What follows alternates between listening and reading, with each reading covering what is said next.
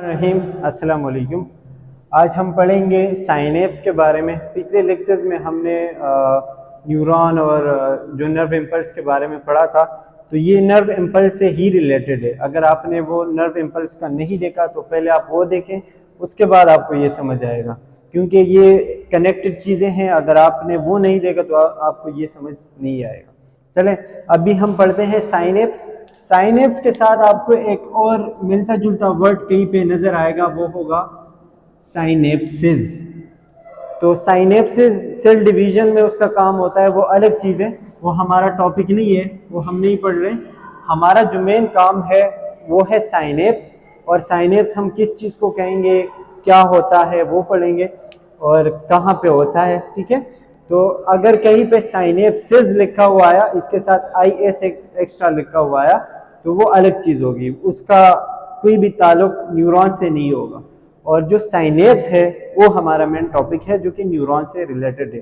Specially synapse का अगर आप डेफिनेशन देखेंगे तो ये तो आप लिख भी सकते हैं। साइनेप्स का मतलब होता है कि एक न्यूरॉन से दूसरे न्यूरॉन तक इंफॉर्मेशन कैसे पास होती है, या जो नर्व इम्पल्स यहाँ से जा रहा होता था, मैंने जो आपको बताया था नर्व इम्पल्स के लेक्चर में, तो वो एक न्यूरॉन के अंदर किस तरीके से मूव करता था वो हमने पढ़ा था।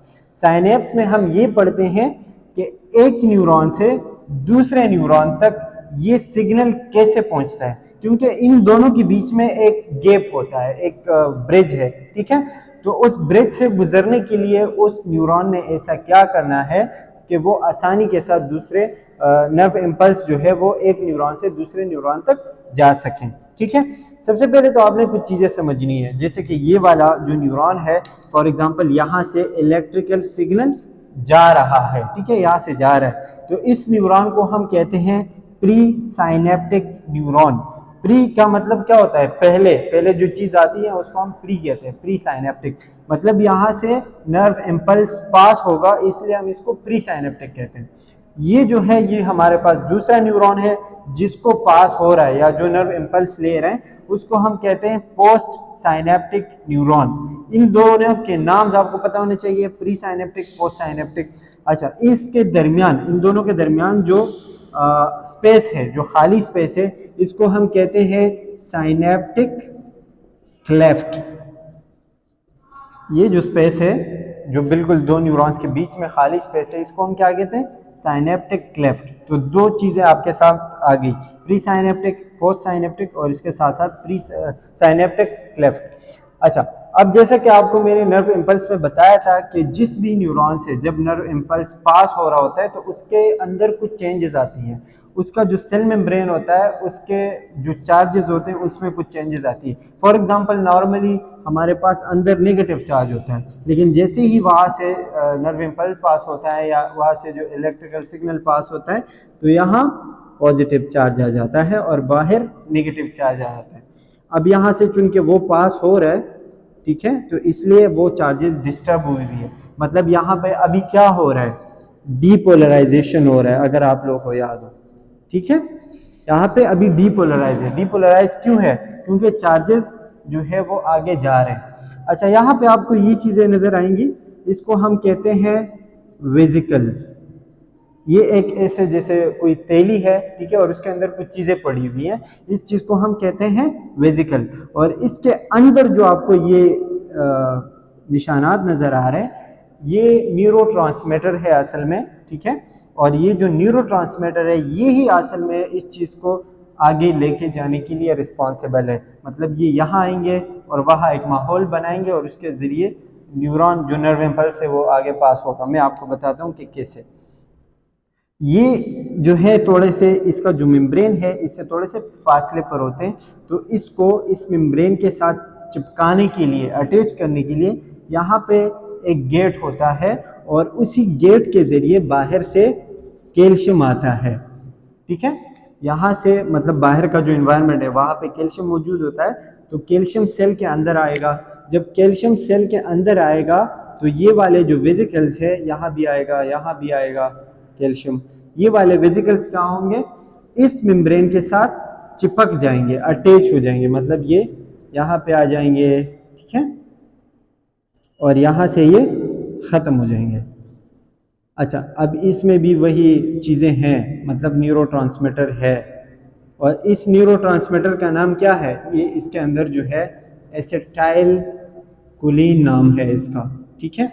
इसको शॉर्ट में हम ACH भी लिखते हैं। इसमें और भी कुछ चीज़ें होती हैं न्यूरोट्रांसमीटर के हवाले से, वो मैं आपको आगे बताऊंगा। यहाँ पे जो है वो सिर्फ एसिटाइल कोलिन काम करता है। ये न्यूरोट्रांसमीटर के जो काम है, जो कैल्शियम आया, तो एक्सोसाइटोसिस के जरिए, एक्सोसाइटोसिस आपने पढ़ा होगा, एक प्रोसेस है कि जिसमें सेल से चीज़ें बाहर की तरफ निकलती है, तो इसमें एक्सोसाइटोसिस का प्रोसेस हो जाता है और ये जो न्यूरोट्रांसमीटर है ये यहाँ पे आ जाते हैं। ये जो एनवायरनमेंट है ये साइनेप्टिक क्लेफ्ट, ठीक है, यहाँ पे ये सारे न्यूरोट्रांसमीटर्स आ जाते हैं। अब न्यूरोट्रांसमीटर का काम क्या है कि नर्व इम्पल्स जो है, जो सिग्नल है, उसको आगे लेके जाना है। तो अब यहाँ पे तकरीबन कहानी समझ आ रही है कि न्यूरोट्रांसमीटर यहाँ पे आ गए हैं। अब ये जो नर्व इम्पल्स है ये आगे जाएगा, जैसे ही आगे जाएगा तो पीछे का जो एनवायरनमेंट है वो क्या होगा? रीपोलराइज होगा वापस, ठीक है। हाँ, बाहर जो है पॉजिटिव चार्ज और अंदर नेगेटिव चार्ज, ये रीपोलराइज होगा क्योंकि अब यहाँ से इम्पल्स आगे जा चुका है। यही इम्पल्स इस एनवायरनमेंट के जरिए आगे आएगा क्योंकि यहाँ पे क्या है? एसिटाइल कोलिन है। अगर ये नहीं होगा तो फिर ये इम्पल्स भी आगे नहीं जाएगा। यहाँ पे जो दूसरा पोस्ट साइनेप्टिक न्यूरॉन है, इसके कुछ रिसेप्टर मौजूद है जो कि नर्व इम्पल्स को कैच करेंगे और इसको अपने अंदर लेके आएंगे। अब यहाँ पे जो प्रोसेस हो रहा है वो क्या हो रहा है कि ये जो नर्व इम्पल्स है दूसरे न्यूरॉन के अंदर जा रहा है। तो यहाँ पे वही चीज़ है कि जैसे ही यहाँ पे नर्व इम्पल्स आएगा तो जो चार्जेस हैं वो यहाँ पे डिस्टर्ब होंगी। पहले अगर अंदर माइनस था तो जैसे ही चार्ज आएगा तो अंदर प्लस चार्ज हो जाएगा, ठीक है। ये आपको मैंने ऑलरेडी बताया हुआ है, इसमें मैं ज़्यादा टाइम नहीं ले रहा, ठीक है। अंदर भी पॉजिटिव चार्ज, यहाँ दोनों साइड पे ऐसे ही होता है और ये चीज़ें जो सिग्नल है वो इस तरह आगे जाएगा और पीछे का जो एनवायरनमेंट है वो वापस रीपोलराइज होगा। तो डीपोलराइजेशन और रीपोलराइज, तो इस तरीके से ये नर्व ट्रांसमीटर जो है या जो सिग्नल है एक न्यूरॉन से दूसरे न्यूरॉन तक इस तरीके से जाते हैं through synaptic cleft. Synaptic cleft में एक चीज़ रिस्पॉन्सिबल है इसको आगे लेके जाने के लिए, वो है आपका एसिटाइल कोलिन। अगर ये नहीं होगा तो एसिटाइल कोलिन के ज़रिए ये प्रोसेस हो रहा है, अगर एसिटाइल कोलिन नहीं है तो ये प्रोसेस नहीं होगा, ये बंद हो जाएगा। अच्छा, जैसे ही ये न्यूरोट्रांसमीटर आगे गया और अगर कोई दूसरा इम्पल्स नहीं है तो ये वाले जो एसिटाइल कोलिन है ये वापस अपने सेल्स में आ जाते हैं, जहाँ से ये निकले हुए थे ना वहीं पे वापस आएंगे। अच्छा, ये जो प्रोसेस है इसको हम कहते हैं एंडोसाइटोसिस। एंडोसाइटोसिस और एक्सोसाइटोसिस। एक्सोसाइटोसिस मतलब सेल से कोई चीज़ बाहर जाना, एंडोसाइटोसिस सेल से सेल तक वापस आना, और इस प्रोसेस को हम रीअपटेक कहते हैं। रीअपटेक मतलब कि जब न्यूरोट्रांसमीटर वापस अपने सेल्स में आ जाते हैं तो अब ये क्या हुआ? रीअपटेक हुआ यहाँ पे। अच्छा, ये जो है आपका पूरा साइनेप्स है, इसमें कुछ चीज़ें इन्वॉल्व है और इसकी ज़रिए से या इसकी वजह से कोई बीमारियां भी होती हैं, कुछ मसले भी होते हैं। फॉर एग्जांपल मैं आपको कुछ न्यूरोट्रांसमीटर बता देता हूँ। न्यूरोट्रांसमीटर जो है स्पेशली ऐसी चीज़ें हैं जो कि नर्व इम्पल्स को आगे लेके जाने के लिए रिस्पॉन्सिबल है, ये तो मैंने आपको बता दिया। अब यहाँ पे मैं आपको 2 या कुछ 4 न्यूरोट्रांसमीटर और बता देता हूँ। सबसे पहले आपके पास है एसिटाइल कोलिन जो कि हमने यहाँ पे बात की। दूसरा आपके पास है एपिनेफ्रीन और इसका एक सिंबल बाई भी है जिसको हम नॉर एपिनेफ्रीन कहते हैं, नॉर एपिनेफ्रीन, EN भी कह सकते हो, ठीक है। एक हमारे पास थर्ड है सेरोटिनिन, ठीक है, और एक है हमारे पास डोपामीन। ये कुछ न्यूरोट्रांसमीटर है, और भी बहुत सारे हैं, तकरीबन 30 to 50 हमारे पास अभी तक डिस्कवर हो चुके हैं, लेकिन वो सारे हम नहीं पढ़ते। हमारा काम इन दोनों के या इन चारों के साथ है। इसमें ये जो एसिटाइल कोलिन है ये आपके मसल्स में मौजूद होता है और इसका काम क्या है? मसल को कंट्रैक्शन और रिलैक्सेशन देना, नर्व ट्रांसमिशन करना, ठीक है। एपिनेफ्रीन जो है ये आपका स्पेशली एपिनेफ्रीन जो है ये आपका ब्लड प्रेशर इंक्रीज करता है, और नॉरएपिनेफ्रिन जो है ये ब्लड प्रेशर डिक्रीज करता है। सिंपैथेटिक पैरासिम्पैथेटिक नर्वस सिस्टम अगर आपने नहीं पढ़ा तो मैं आपको आगे बताऊंगा, ठीक है। तो एपिनेफ्रिन क्या करता है, आपका ब्लड प्रेशर इंक्रीज करता है, नॉरएपिनेफ्रिन ब्लड प्रेशर डिक्रीज करता है, याद रखें, मतलब एक दूसरे के अगेंस्ट काम कर रहे होते हैं। इसके अलावा है सेरोटोनिन और डोपामिन, ये दोनों जो है इनको, या बल्कि ये तीनों जो है इनको हम क्या कहते हैं, बायोलॉजिकल नहीं सॉरी, बायोजेनिक अमाइंस कहते हैं, बायोजेनिक अमाइंस कहते हैं। मतलब ये जो तीनों हमारे पास नर्व ट्रांसमीटर है, एपिनेफ्रिन, सेरोटोनिन और डोपामिन, इनको हम कलेक्टिवली बायोजेनिक अमाइंस कहते हैं। ये हमारे ब्रेन में मौजूद होते हैं, बॉडी के किसी और पार्ट में नहीं होते, ब्रेन में ही मौजूद होते हैं। एसिटाइलकोलिन आपका सिर्फ मसल में मौजूद होता है, और इसका जो इन दोनों का जो काम है वो आपका मूड, मतलब जो कभी आप खुश होते हो कभी परेशान होते हो, आपके मूड पे डिपेंड करता है, आपको नींद आती है, स्लीप, ठीक है, ये सारी चीज़ें इन दोनों की वजह से होता है। तो ये आपने याद रखने, सेरोटोनिन और डोपामिन। इसके अलावा यहाँ पे एक और चीज़ मैं आपको बताना चाहूँगा, फॉर एग्जांपल एसिटाइलकोलिन पे थोड़ा सा बात करते हैं। एसिटाइलकोलिन आपके मसल में रिलीज होता है, और आपके जो ब्रेन है वो उसको ऑर्डर देता है कि जाओ एसिटाइलकोलिन रिलीज करो। फॉर एग्जांपल ब्रेन ने ऑर्डर दे दिया मसल को कि एसिटाइलकोलिन जो है वो रिलीज करे, तो अब एसिटाइलकोलिन का काम क्या है, मसल को कंट्रैक्ट करना, ठीक है। जब एसिटाइलकोलिन रिलीज होगा तो मसल कंट्रैक्ट हो जाएंगे, जब मसल कंट्रैक्ट हो जाएंगे उसके बाद एसिटाइलकोलिन जो है ब्रेक डाउन हो जाता है या खत्म हो जाता है, और मसल रिलैक्स हो जाता है, ठीक है।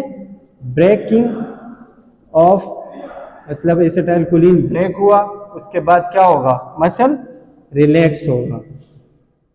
लेकिन कभी कभी मसले आ जाते हैं इस सिचुएशन में, और स्पेशली यहाँ पे ये वाला जो स्टेट है कंट्रैक्शन के बाद, इसमें क्या होता है कि एक एंजाइम होता है जिसका नाम है एस्टेरेज, एस्टेरेज नाम है, और ये है एक एंजाइम, ठीक है। ये बॉडी के किसी भी पार्ट से या यहीं पे मौजूद होता है, और ये इस स्टेज को ब्लॉक कर देता है।